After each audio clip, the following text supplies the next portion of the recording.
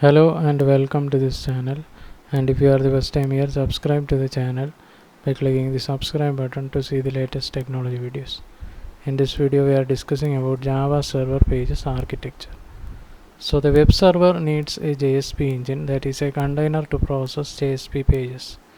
So the JSP container is responsible for intercepting requests for Java server pages.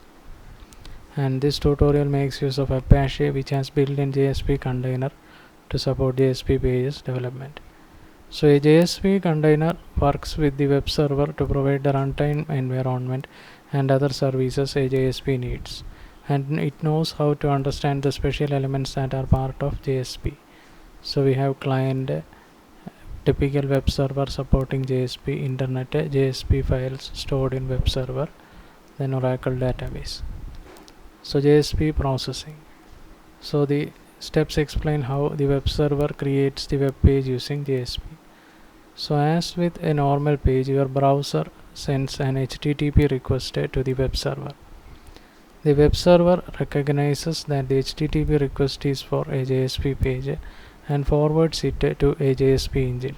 This is done by using the URL or JSP page which ends with .jsp instead of .html.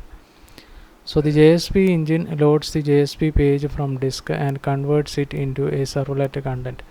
This conversion is very simple, in which all template text is converted to println statements and all JSP elements are converted to Java code. And this code implements the corresponding dynamic behavior of the page.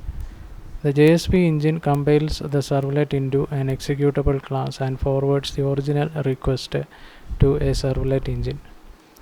A part of the web server called the servlet engine loads the servlet class and executes it. And during execution, the servlet produces an output in HTML format, and the output is further passed on to the web server by the servlet engine inside an HTTP response. The web server forwards the HTTP response to your browser in terms of static HTML content. And finally, the web browser handles the dynamically generated HTML page inside the HTTP response exactly as if it were a static page. So typically the JSP engine checks to see whether a servlet for a JSP file already exists and whether the modification date on the JSP is older than the servlet. And if the JSP is older than its generated servlet, the JSP container assumes that the JSP hasn't changed and that the generated servlet still matches the JSP contents.